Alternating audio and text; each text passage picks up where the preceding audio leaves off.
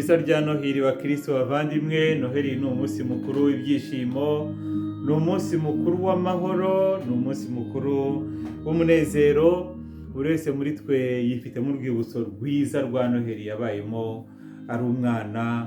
Noheli hahandi twajyaga mu misa mu gicuku ya saa sita z'ijoro, abantu bava muri iyo misa bakaryama gato, ubundi bakaba biteguye kurya amafunguro meza, abana bose bishimye, abantu bose baguze utwenda dushya.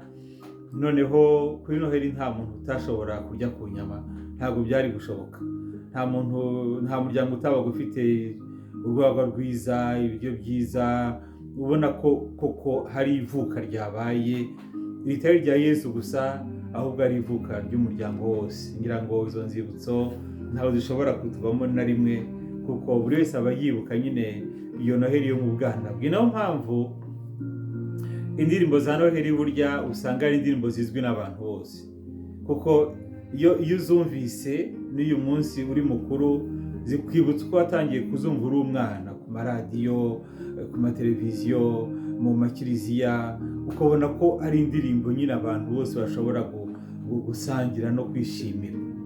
Noheli kandi ifite n'andi mateka burya ashimishije, kuko mu miryango yose, mu moko yose bagiye bayigiraho ibitekerezo, bagahera ku ijambo ry'Imana ryanditse muri Bibiliya, bakagendera no ku byanditse mu bindi bitabo wenda bitemewe muri Bibiliya, bakagenda bagira n'ibindi bintu bitekerezo bigenda byiyongeraho, ku buryo Noheli uko twayishyikirijwe usanga irimo ubukungu bwinshi cyane bushobora kwibagiza icy'ingenzi cy'umunsi mukuru wa Noheli. Icy'ingenzi rero cy'umunsi mukuru wa Noheli nicyo iri joro rya Noheli rije kutubwira. Turisanga mu masomo, isomo rya mbere mu gitabo cy'umuhanuzi y'umutwe wa 9 rimwe kugeza kuri 6, irya kabiri nkora Paul Mutagatifu yandikiwe Tito umutwe wa 2 kugeza kuri 14, naho ivanjiri itubwira nuko byagenze muri iryo joro Nyagasani wacu yavutseho, ni kwa Luka umutwe wa 2 rimwe kugeza kuri 14. Duhereye kuri iyi vanjiri rero, Luka atubwira byari bimeze bite mu gihe cy'ibuka Nyagasani Yezu, mu bijyanye n'ubutegetsi bw'isi, mu bijyanye n'uko isi yahumekaga, ariko mu bijyanye no mu butegetsi mu by'ukuri bwo mu idini rya Kiyahudi icyo gihe. Baratubwira ko icyo gihe ubwo Yezu avuka, umwami umugenga w'isi yitwaga Kayizari Augusto mu by'ukuri yitwa Kayizari Otaviyani, bamuhaye izina rya Augusto bavuga ko ari umuntu mwiza, bavuga ko ari umuntu wazanye amahoro. Ku igihe Kayizari Augusto yategekaga cyari igihe cy'amahoro ya Roma yaramaze gushyira abanzi bayo bose hasi, none ikumbi ugomba gutangira gukora ibintu by'amajyambere gusa hirya no hino. Muri yose bakabikesha ngo bise ko ari Augusto, donc utagira uko asa, ikirangirire, ndetse bakamwita divinité, ngo ikigirwamana cyangwa se umwana w'Imana. Uwo niwe wategekaga isi icyo gihe. Ariko mu gace Palestine iherereyemo hari muri province cyangwa se mu ntara yitwa Siriya. Iyo ntara ya Siriya hategekaga uwitwaga Kwirini wari umugenga w'iyo ntara ya Siriya, ari naho nyine Palestine yagenderaga. Muri Palestine aho ngaho nyirizina hari umwami ukomoka mu Bayahudi, ariko udakorera Abayahudi, ukorera ingoma y'Abanyeroma. Uwo mwami ni Herodi, igikorankota, umunyagitugu, umwicanyi ruharwa, kugira ngo arengere ubwami bwe, ageze n'ubwo yicira n'abagore n'abana. Nzabigarukaho wenda ku bundi buryo. Niyo mpamvu rero iyo habaga hatanzwe iteka riturutse i Roma, yagomba kuryubahiriza ndetse akanakabya kugira ngo babone rwose ko ari bari gukorera, akarenza urugero. Icyo gihe iteka ryari ryaciwe ryari irihe? Ryari ryo gukora ibarura. Kubarura, bibuka n'umwana yigeze hayibarura noneho ry'abaturage, bavuga ngo hari ijoro ry'ifatizo, bigatera ubwoba abaturage, kugeza n'ubwo hari abo nibuka rwose aho bita mu Kinengwe, abatuye iyo ngiyo hari abahunze bajya muri Kongo ndetse baranavunika bari guhunga ibarura. ntabwo ari ubwa mbere ibarura riteye ubwoba, kuko no mu gihe cy'abayahudi hose ibarura ntabwo ryari ryemewe. Kuki Imana itashaka ko umuryango wayo barurwa? Ni uko yavugaga ngo ubwoko ni ubwanjye, rubanda n'iyanjye ntabwo ari iy'umwami. Ni ukuvuga ngo ni njyewe mwami wa Isirayeli, ni njyewe uzi umubare w'ingabo zanjye, wowe wundi ushaka kubarura arabashakaho iki? Ariko ahubwo turibuka nyine ko umwami Dawudi yagerageje gukora ibarura, yarikoze koko, ariko ingaruka yakuyemo nawe nyine nawe arazizi, azi ko byamuguye nabi cyane kubera ko yihaye kuri itegeko ry'Imana ryo kubarura umuryango w'Imana. Ariko nyamara iyo dusoma igitabo cy'Imuka Misiri tubona harabaye nk'amabarura menshi.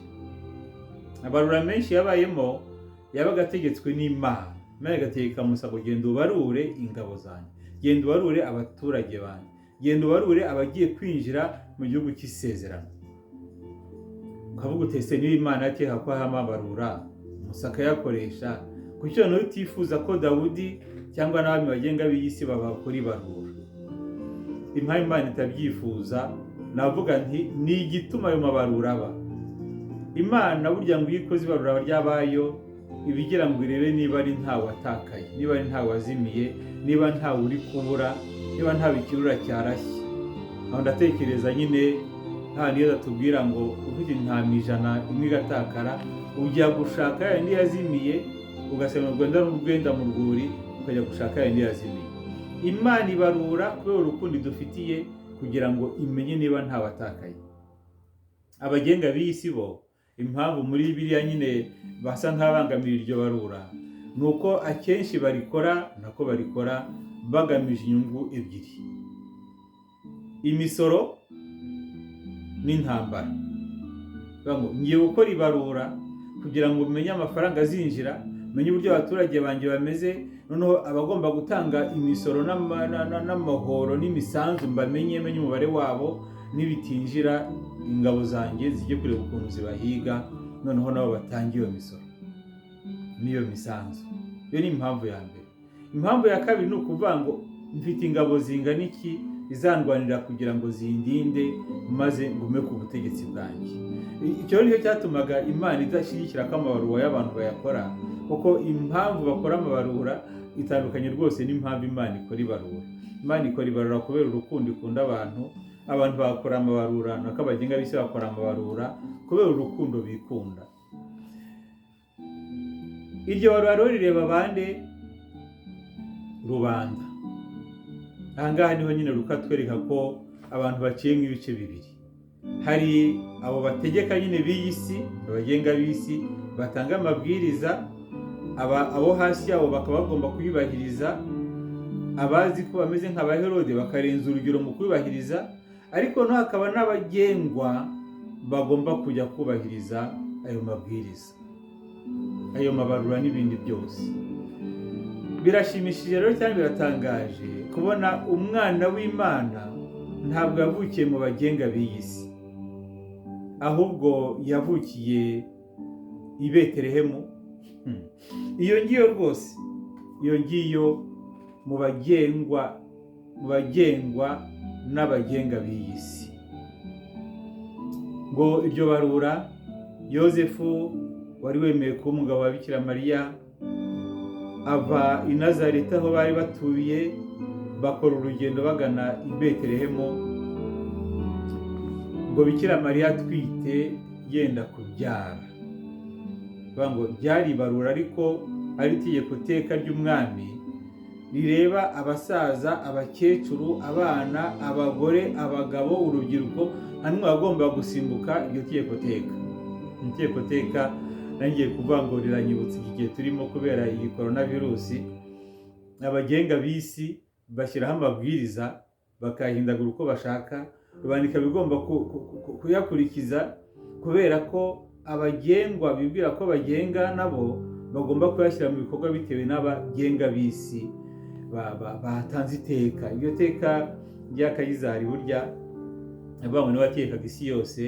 Uyu munsi ntabwo tutegeka isi yose uwo ari we, cyakora tubona ibyemezo bifatwa, ukabona ko hari ubwo bukungu, amafaranga yahindutse abagenga, yahindutse Kayizari w'iki gihe. Noneho abo ngabo bafite ubwo butegetsi bw'imari bw'amafaranga, bagatega icyo bashaka ku bagererwa babo nabo bakaza bakatugenga, tukaba tugomba nyine kugendera muri iyo nzira.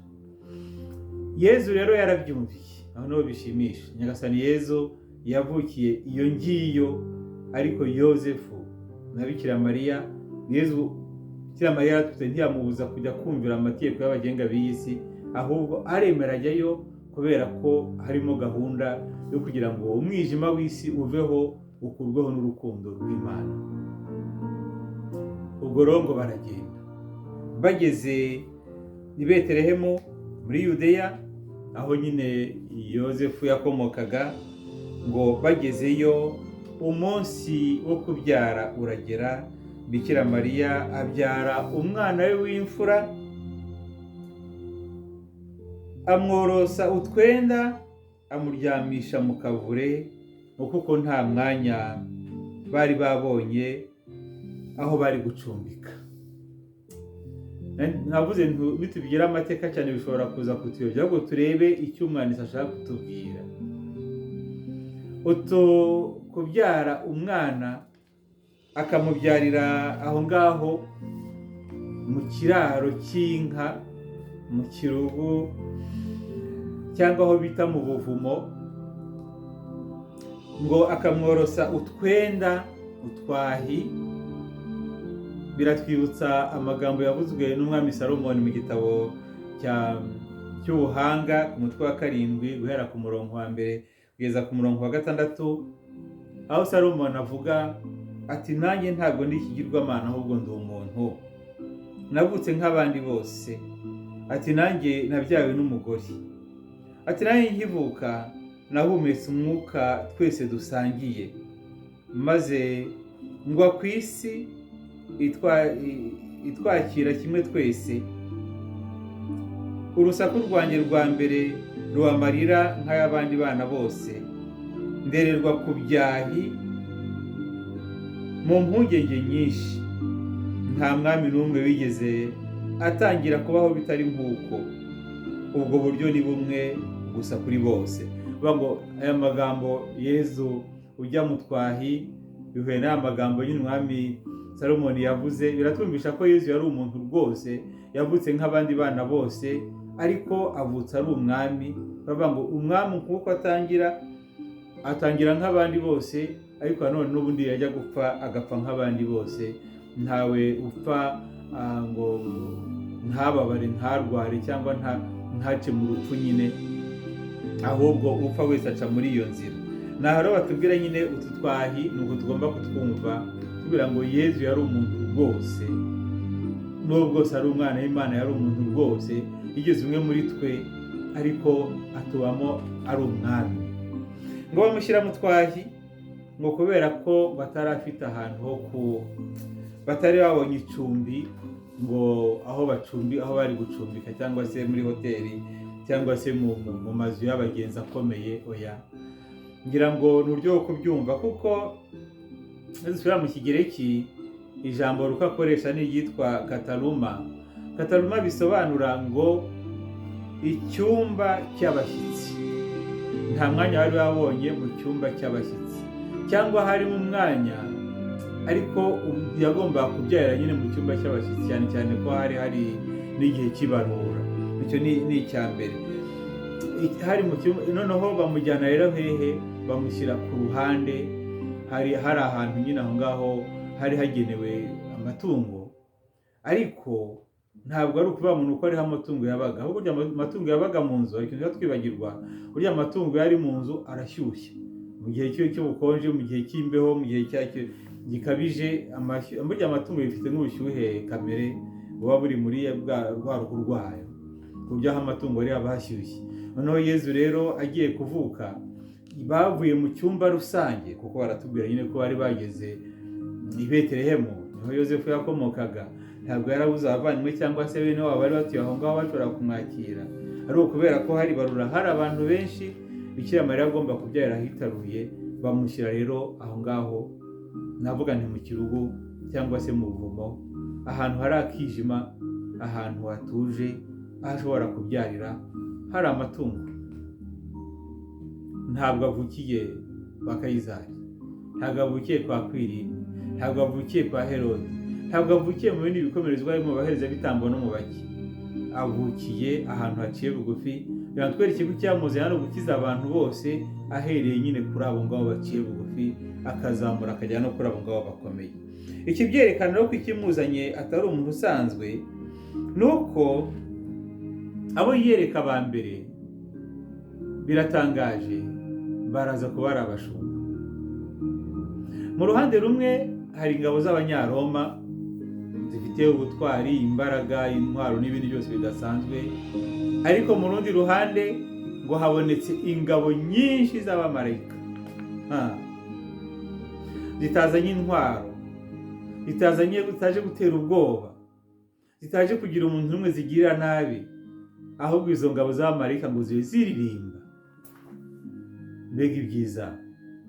Zije ziririmba kandi zije guhumuriza abashumba tuzi ibyabo mu muco wa Kiyahudi. Baravugaga bati ni ukubabona bagenda ariko buriya ahubwo ni ibisimba, kuko abashumba barangwaga n'amahane, intambara, aho abashumba bari bahora barwana, ibitutsi biremereye nibo babikoresha. Hari umuperezida wigeze babwira bati ese ko mbona abantu bagutuga ceceka, aravuga ati niba ari abashumba sinabigenzana. Nibyo koko. Muri icyo gihe rero cya Yezu tuba twereka mu kigo ukabona abashumba batuje ari utwana twiza, oya ntabwo ariko byari bimeze. Abo bantu nta muco bagiraga, icyo ni icya mbere, bakaba abanyarugomo, bagahorana mu mahane. Ariko ikindi cya kabiri kinakomeye nuko batashobora kujya mu isabato, bigatuma baba ibicibwa. Rero kuri bo ku muryango wa Isirayeli bari barageze mu muriro, byari byararangiye. Abo ngabo rero nibo bumvise abamarayika baririmba ngo bashye ubwoba, nta mugayo kuri bo. Imbere yabo nabo ubwabo bemeye ko ari ibicibwa, ku buryo kumva rero Imana ishobora kubabonekera avuga ati ije kuturimbura birarangiye. Oya, Imana ibazaniye inkuru nziza, mwigira ubwoba kuko mbazaniye inkuru nziza ikomeye cyane, izashimisha umuryango wose. None mu mujyi wa Dawudi mwavukije umukiza, ariwe Kristo Nyagasani.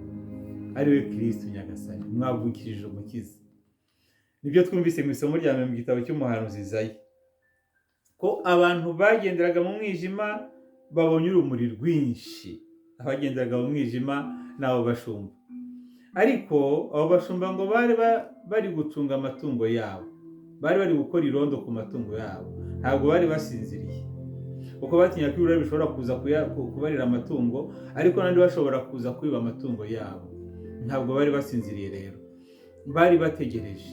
Noneho bari mu mwijima, babonye urumuri rw'igitangaza,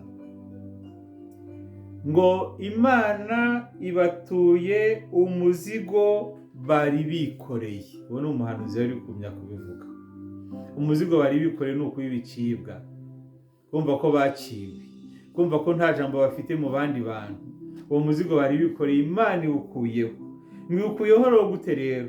Kuko umwana yatuvukiye, twahawe umuhungu, ubutegetsi bumuri mu bitugu, ahawe izina umujyanama w'agatangaza, Imana idahangarwa, umubyeyi iteka, umwami w'amahoro. Ngiyo Noheli. Noheli ni ukwakira umujyanama w'agatangaza, Imana idahangarwa, umubyeyi iteka, ikaba n'umwami w'amahoro. Niyo mpamvu rero bagize inkuru nziza, imitwaro bari bikoreye yose bavuyeho. Noheli, ngiye kuvuga ngo Noheli ni ukureba nawe ubuvumo bwawe bukurimo, kuko twajya dukunda kuvuga kera turi abana ngo iyo umuntu abonye abashyitsi mu nzu ye hadakubuye, bakora ibishoboka agakura imyanda akayerekeza mu mbere, cyangwa akayishyira munsi y'umuvure, cyangwa agashaka ahantu ayishyira mu nguni kugira ngo abantu batari buyibone. Aho hantu hageranwa n'ubwo buvumo Yezu yavukiyemo, hageranwa n'iyo kirugo Yezu yavukiyemo, ahabaga hari amatungo, aho abantu wenda badashobora kurara, bakasunikira aho ngaho bati n'ubundi ni imyanda ijye mu yindi. Ibyo rero bigatuma haba umwijima. Yezu kuri Noheli ari kukubwira ngo nkeneye ko aho ngaho nyine hari umwijima muri wowe, aho ngaho hari ubwo buvumo utifuza ko hagaragara, aho ngaho utifuza ko hagira umuntu n'umwe umenya ibyo bintu bibi byawe uhishe, aho ngaho utifuza ko hagira umuntu n'umwe umenya ko hagira uvumbura aho uhereye cyangwa ibyo urimo, hahandi utifuza ko hagira umuntu uvuga ati ariko uriya muntu ndamuzi. Nibwo buvumo bwawe, icyo niyo kirugu cyawe. Yesu ari kukubwira ngo aho ngaho nyine niho nshaka kuvukira. Ntabwo nkeneye kuvukira hari urumuri muri wowe, kuko aho nyine urumuri rwarahageze. Nkeneye kuvukira aho ngaho hari umwijima, aho ngaho hari urupfu, aho ngaho uhishahisha, aho ngaho hari igisebe cy'umufunzo, aho ngaho hari urwango rwakurenze, aho ngaho hari ubugome bwakurenze, aho ngaho ucurira imigambi mibisha, niho nkeneye kuvukira. Nkeneye kuvukira aho ngaho wakomeretse. Arakubwira ati nkeneye kuvukira aho ngaho hakunaniye guhinduka. Nkeneye kuvukira aho ngaho muri izo geso utifuza ko abandi bamenya, ibanga ryawe ubitse wenyine. Aho ngaho niho nkeneye kuvukira. Kuvukira mu kirugu nicyo ngicyo, akavukira mu mwijima nicyo ngicyo.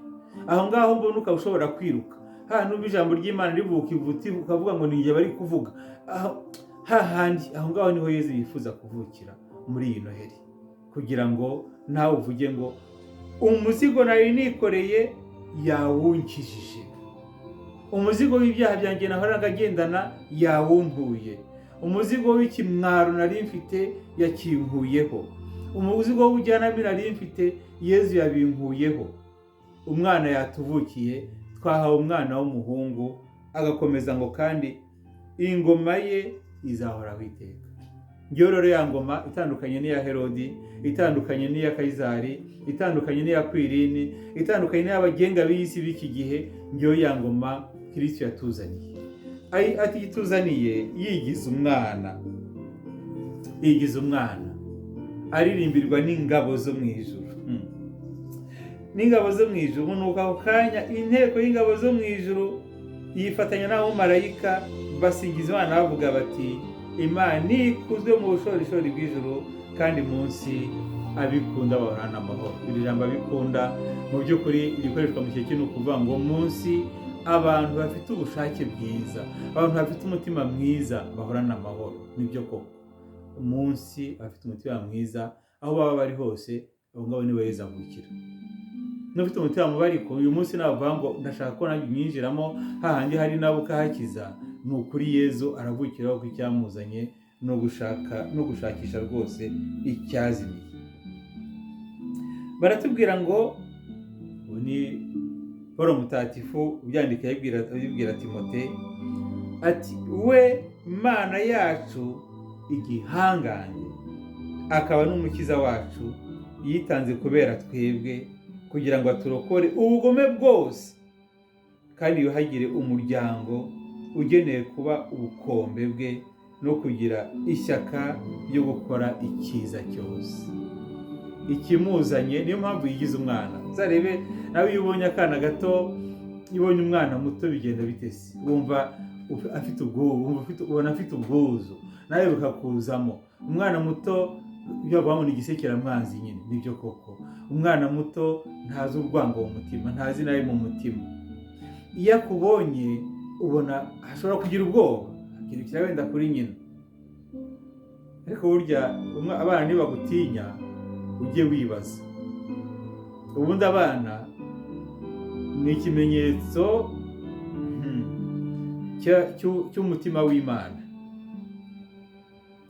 Abana ntibagutinya ukabona abana bakubona bakiruka, ujye wibaza uburyo amaraso yawe ameze, ujye wibaza uburyo umutima wawe umeze. Ariko abana nubona baje bakugana, ni uko bakubonamo nawe ufite umutima nk'uw'abana, bakubonamo ubwiza, bakubonamo ineza, bakubonamo urugwiro. Imana rero kuba ishoboye kuza yigize umwana, akavuka abyaye n'umukobwa w'isugi Mariya, ni ukugira ngo itubwire ngo dore ntabwo nje kurimbura, nje kubakiza. Nzanywe n'ineza, nzanywe n'ibyiza, ariko nje n'umwana nimunyakire, mumfate mu biganza byanyu. Tekereza, umuremyi w'ijuru n'isi yiyemeje kwigira ubusabusa kugira ngo njyewe nawe dushobore kumufata mu biganza byacu, dushobore kumwakira tumutware mu mutima wacu, dushobore kumwakira tumutware iwacu. Nongere mbisubiremo, aho yifuza kuvukira ni mu kirugu cyawe, ni mu buvumo bwawe, naho ngaho hishe uwo mwanda wose, kugira ngo naho hagire rwa rumuri rumurikire mu mwijima, hashobore ubwiza bishobora kukugeraho. Kuri Noheli rero ni uwo munsi koko, cyane cyane iri joro ritwibutsa amajoro menshi abantu bo muri iyi si barimo. Ntibitangaje kubona nyine batubwira ngo abamarayika bamaze kubona, abashumba bamaze kubona abamarayika barikanga kuko babasanze mu ijoro bari barimo, ijoro ry'iyi si, ijoro ry'uburwayi, ijoro ryo kubabara, ijoro ry'intambara, ijoro ry'inzara, ijoro ry'ubwoba, ijoro ry'inzangano, ijoro ry'ibibi byose. Dukeneye ko abamarayika baririmba ngo mwabonye umwana yabavukiye mu murwa iwanyu aho ngaho, nimumve mu mwijima mujye mu rumuri. Ni ukuri Noheli nk'umunsi mukuru w'urukundo, nk'umunsi mukuru w'abana, nk'umunsi mukuru wo kuduhuza, ni kubere nawe umunsi mukuru w'ubumwe, umunsi mukuru w'amahoro, umunsi mukuru w'ibyishimo. Niba ufite icyo urya, sangira n'abandi, usangiza abandi. Yezu kuba yarigize ubusabusa ntabwo ari uko yaranze kuba Imana, bagira ngo twumvishe ko uko twita ku mwana ari nako twita no ku bandi bose bafite ubukene n'ibibazo. Ndabifuriza rero umunsi mwiza wa Noheli. Ndabifuriza kandi ko iri joro turimo duhimbaza ribe umwanya wo guhinduka kuri wowe, wakire Kristo mu buzima bwawe no mu mutima wawe nka Nyagasani n'Imana yawe. Ntabwo turi hano gukora komedi, turabizi ko Yezu yavutse, ariko ni byiza ko nawe uyu munsi akuvukira, ubuzima bwawe bugahinduka rwose, kuko icyamuzanye turakibonye, ni ukwigira umwana kugira ngo aduhe ubumana bwe, nako dushobore kureba ukuntu twagenda tuzama gahoro twinjira muri iyo kamere Mana. Ijoro ryiza, ariko n'umunsi mwiza wa Noheli, wa munsi tujya mu butumwa natwe tukajya kubwira abandi ngo ese mwagize muzi ukuntu bimeze, hari inkuru nziza. Imana yacu yigize umwana kugira ngo twinjize mu ngoma yayo, ntibe Imana itera ubwoba, ahubwo Imana ibabarira. Iyo Mana y'inyambabazi n'inyempuhwe rero ibaho umugisha. Buri wese yishimire kwakira akana Yezu mu biganza bye, noneho kamutagatifuze, gakuremo inabi yose, kamuha amahoro n'ibyishimo. Ku izina ry'Imana Data na Mwana na Roho Mutagatifu, amen. Dukomeze rero kuzirikana izo ndimi nziza za Noheli zitwibutsa nyine uko umukiza wacu yaje muri twe akigira ubusabusa, kugira ngo natwe dushobore gukomera mu rukundo rw'Imana